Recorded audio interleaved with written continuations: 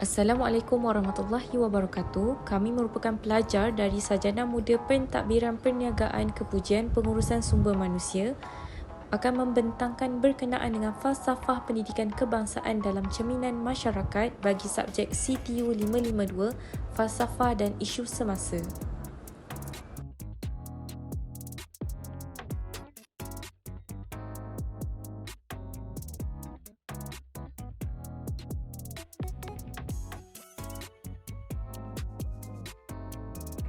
Assalamualaikum warahmatullahi wabarakatuh. Nama saya Muhammad Faris Islam bin Amrin. ID pelajar saya 202374745. Hari ini saya ingin membentangkan tajuk falsafah isu semasa. Pertama sekali saya akan membentangkan tentang pengenalan.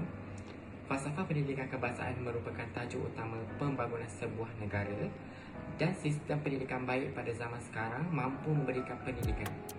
Selain itu, pendidikan yang khusus dan bersesuaian dengan keperluan dan kebolehan kanak-kanak dan remaja yang pelbagai juga perlu disediakan. Dengan itu, falsafah pendidikan boleh diartikan sebagai pendoman arah tuju atau pandangan terhadap perkara yang berkaitan dengan pendidikan. Maka, falsafah pendidikan kebangsaan adalah dikubalkan daripada usaha berfikir yang rasional dan kritis berlandaskan daripada ideologi negara dalam laporan dan rasa pendidikan termasuk dalam rukun negara Malaysia. Akhir sekali, falsafah pendidikan kebangsaan ini juga mengambil inspirasi daripada pelbagai proses pembangunan bangsa dan negara yang agak berpanjangan. Apa yang kami membentangkan dalam falsafah ini juga amatlah berkait rapat dengan semua perkembangan dalam dunia Islam yang semasa dan pembangunan negara Malaysia yang harmoni dan jasmani.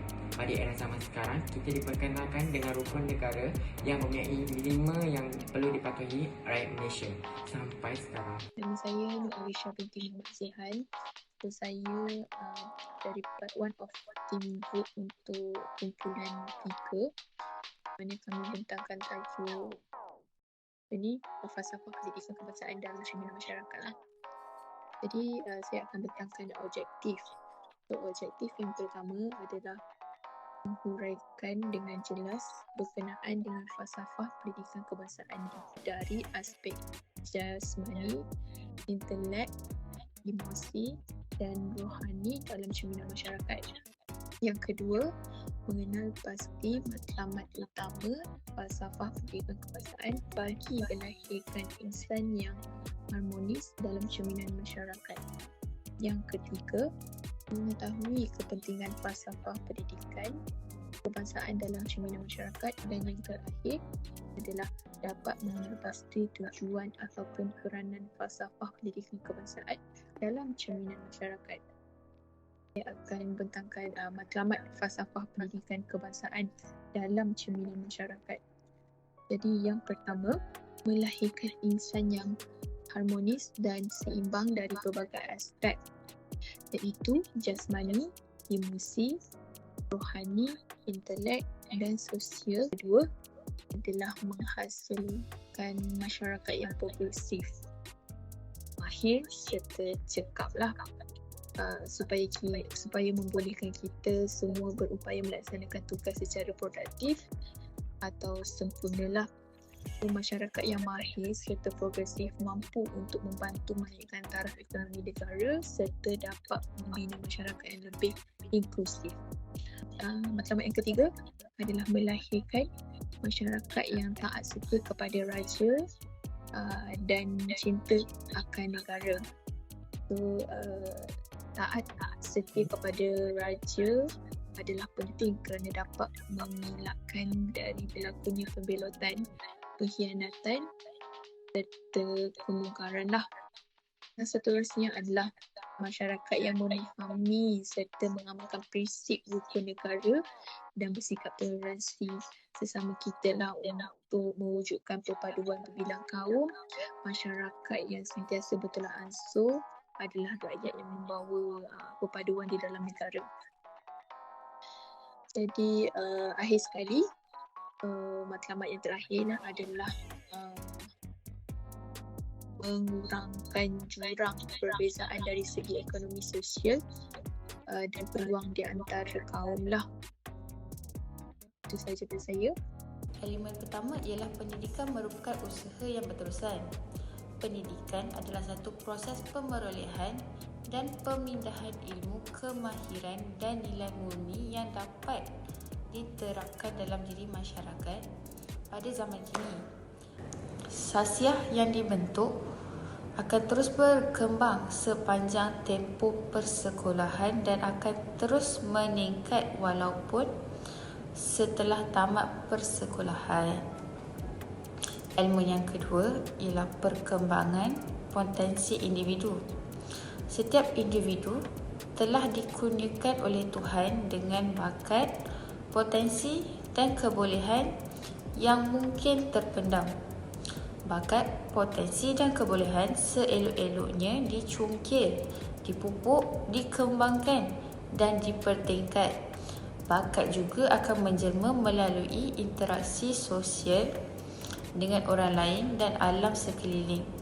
Seterusnya ialah pendidikan boleh mewujudkan insan yang seimbang dan harmoni.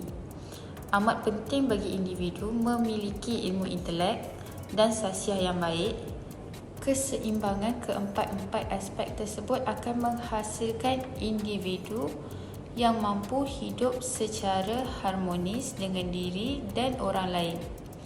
Syarat untuk mendapat bimbingan dan hidayah dari Allah adalah setiap manusia perlu seimbang dari aspek luaran dan dalaman, iaitu manusia yang jujur, benar, baik dan tutur dan amalannya.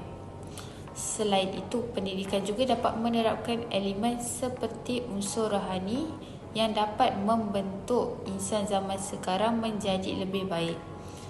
Contohnya, unsur rohani adalah kepercayaan dan kepatuhan kepada Tuhan. Setiap manusia perlu menyedari bahawa setiap individu bertanggungjawab sepenuhnya terhadap segala perbuatan dan tindakannya dan perlu mengamalkan segala ajaran agama yang dianuti.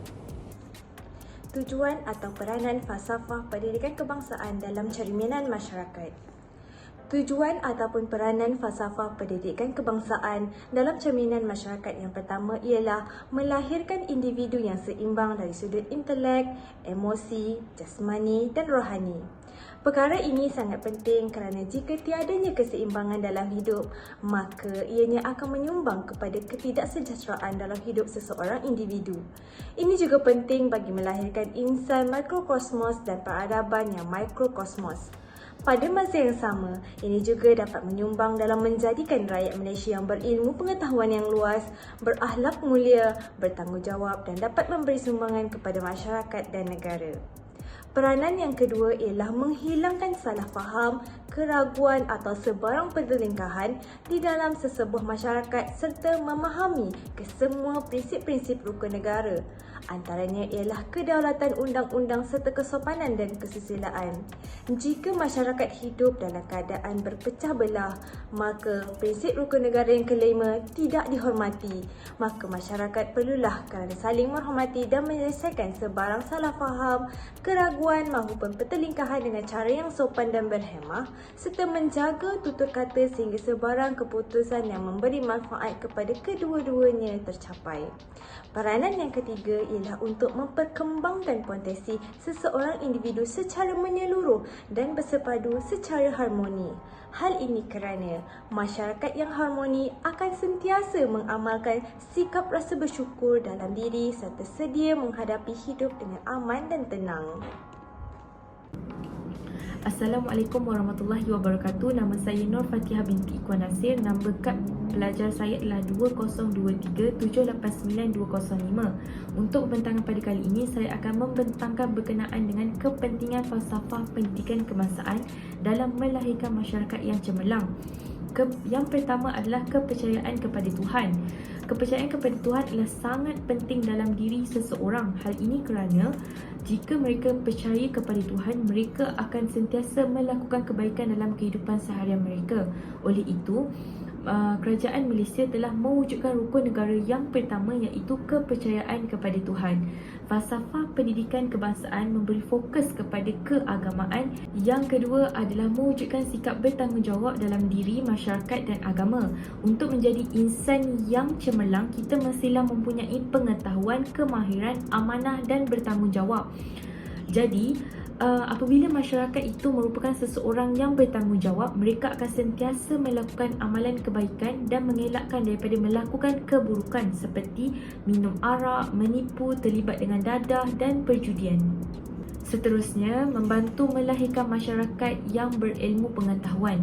Akal merupakan penghubung manusia yang mana dapat membezakan antara perkara yang baik dan perkara yang buruk.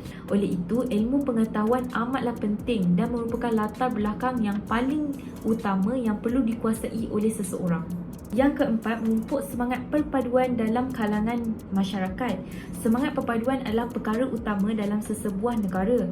Dalam Akta Pelajaran 1961 telah mentafsirkan bahawa menyatupadukan pelajar berbilang kaum dalam jangka masa yang panjang dapat memupuk semangat perpaduan dalam kalangan masyarakat. Antara dasar yang telah dilakukan adalah dasar pendidikan. Yang terakhir sekali adalah menjadi masyarakat yang berakhlak mulia. Pendidikan bukan hanya tentang mempelajari fakta, ia juga tentang belajar bagaimana kita nak menjadi orang yang baik dan membuat pilihan yang baik dalam kehidupan kita. Insan yang cemerlang bukanlah mereka yang berjaya mendapatkan markah penuh dalam semua subjek. Tetapi bagi saya, insan yang cemerlang adalah insan yang berakhlak mulia dalam kehidupannya, menghormati tua dan muda, merendah diri dan tahu menjaga maruah diri. Implikasi falsafah pendidikan kebangsaan dalam melahirkan masyarakat yang cemerlang. Yang pertama, implikasi terhadap sistem kurikulum.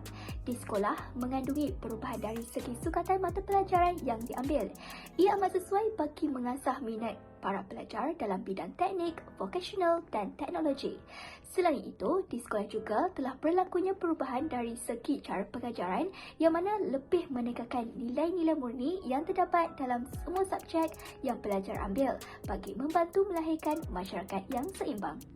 Selain itu, implikasi terhadap pendidik iaitu dalam menjalankan tugasan bagi mencapai matlamat falsafah pendidikan kebangsaan. Perubahan positif yang terhasil ini juga sememangnya dapat menjadikan pendidik yang mempunyai pengetahuan yang luas, berketerampilan, berakhlak mulia dan berinovatif.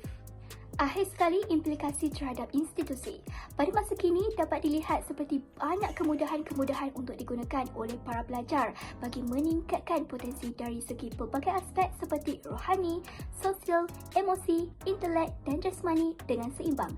Jadi semua pihak harus bekerjasama bagi memainkan peranan masing-masing dalam mencapai falsafah pendidikan kebangsaan agar memberikan kesan yang positif terhadap sistem pendidikan dalam negara Malaysia. Saya ingin membentangkan tentang kesimpulan. Kesimpulannya dari kami dapat merealisasikan hasrat falsafah pendidikan kebangsaan negara kita. Sedikit sebanyak pengalaman yang ditimba dan dapat diperbarui dengan cara yang baru untuk memantapkan lagi keberkesanan pencapaian hasrat falsafah negara kita. Selain itu, falsafah pendidikan kebangsaan memberi tumpuan kepada perkembangan potensi kanak-kanak dan remaja secara menyeluruh dan seimbang.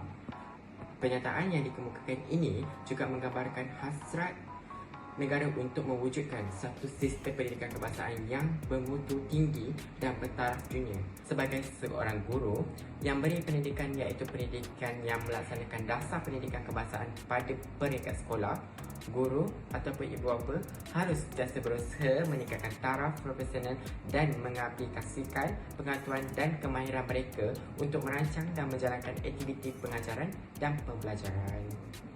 Akhir sekali dari kami dalam merealisasikan falsafah pendidikan kebangsaan adalah bergantung kepada aspek-aspek kepimpinan, malahan budaya sekitar kita dan disiplin diri. Dalam semua aspek ini akan menentukan semodal insan yang bakat dihasilkan sama ada memenuhi hasrat falsafah pendidikan kebangsaan ataupun tidak. Kejayaan dalam merealisasikan falsafah pendidikan kebangsaan juga secara tidak langsung mampu menjana dan membina modal insan yang berkualiti dan mempunyai jati diri yang kukuh. Itu sahaja pembentangan kami pada kali ini. Sekian, terima kasih.